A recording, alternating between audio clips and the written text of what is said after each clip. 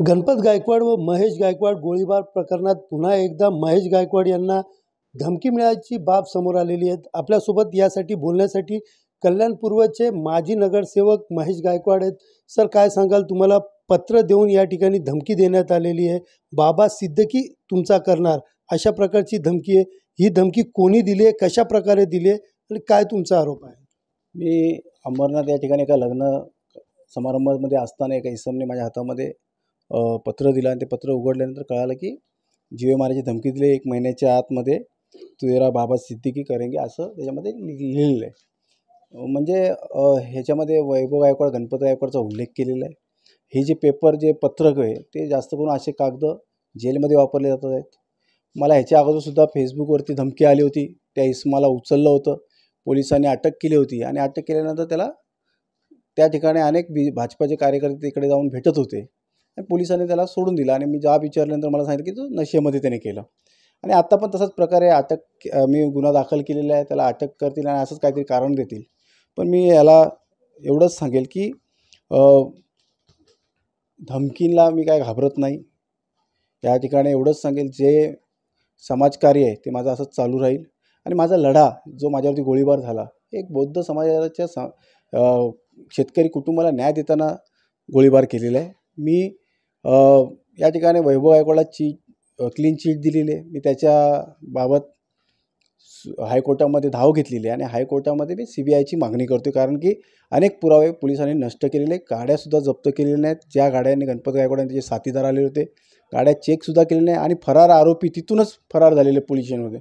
त्यांना वर्षभरामध्ये अटक न करता वैभव गायकवाडचे बेल रिजेक्ट केल्यानंतरसुद्धा त्याला क्लीन चिट दिली. तो कोर्टामध्ये गेला होता, त्याला कोर्टामध्ये बेल त्याच्या रिजेक्ट केल्या होत्या. दुसरी गोष्ट पाहायला गेलं तर तुम्ही जेव्हा गुन्हा दाखल केलेला त्यानंतर 7 आरोपींना या ठिकाणी पकडले. 3 आरोपींची जामीन देखील झालेली आहेत. आणि गणपत गायकवाड ज्यांच्यावर तुम्ही आरोप करता ते तर जेलमध्ये आहेत. मग हे पत्र कोणी लिहिलं आहे, कशा प्रकारचं लिहिलेलं आहे, तुमचा कोणावरती नेमका आरोप आहे?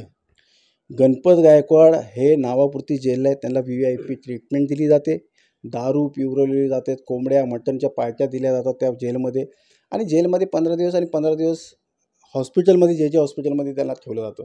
म्हणजे जेलमध्ये फक्त नावापुरत्या खऱ्या अर्थाने त्यांची ती ट्रीप आहे.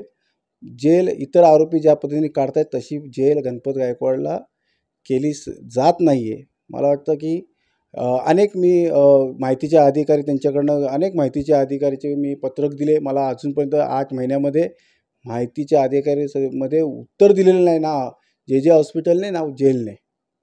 यामध्ये जो पत्र आलेलं आहे ते पत्र नेमकं कसं दिसतं, कशावरनं तुम्हाला शंका व्यक्त केली जाते आणि कोणी दिलं आहे, काय नाव लिहिलं आहे त्याच्यावरती, काय कोणाचा पत्ता वगैरे लिहिला आहे? जेलमध्ये असे कागद वापरली जातात ह्याची आम्हाला पूर्णपणे माहिती मिळालेली आहे. त्याचप्रमाणे जेलमध्ये म्हणजे गणपत गायकवाडच्या बाबतीत या ठिकाणी उल्लेख केलेला आहे. त्यामुळे जेलमध्ये अशा पद्धतीचं कागद वापरून माझ्यापर्यंत पोचलेलं आहे. माझं असं मी या ठिकाणी पोलीस स्टेशनला त्याची माहिती दिलेली आहे. आता पोलिसांनी चौकशी करावी आणि त्या संदर्भात जे कोण असेल त्याला अटक करून मला न्याय द्यावा.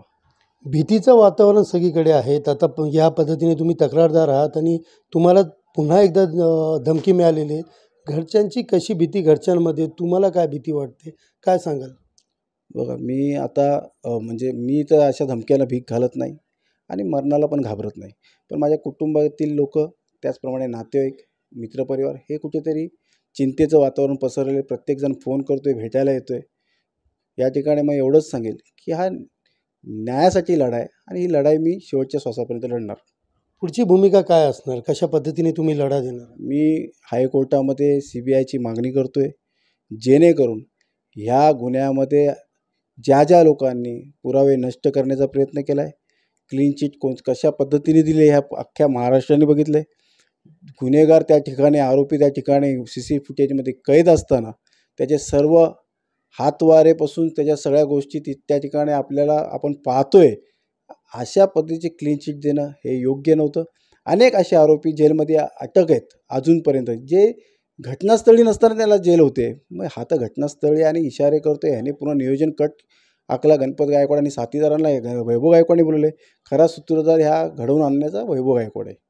एकंदरीत फरार असलेले आरोपी अजून पकडा आणि क्लीन चिट दिल्याच्या विरोधामध्ये कुठेतरी उच्च न्यायालयामध्ये हाक देणार असून आणि उच्च न्यायालयामध्ये याची दाद मागणार असल्याचं या ठिकाणी आपलं मत जे आहे महेश गायकवाड यांनी स्पष्ट केलेलं आहे.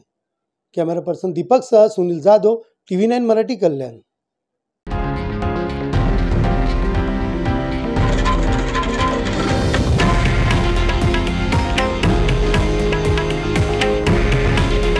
हे आहे देशातील नंबर 1 न्यूज नेटवर्क आणि आपण पाहत आहात TV9 मराठी.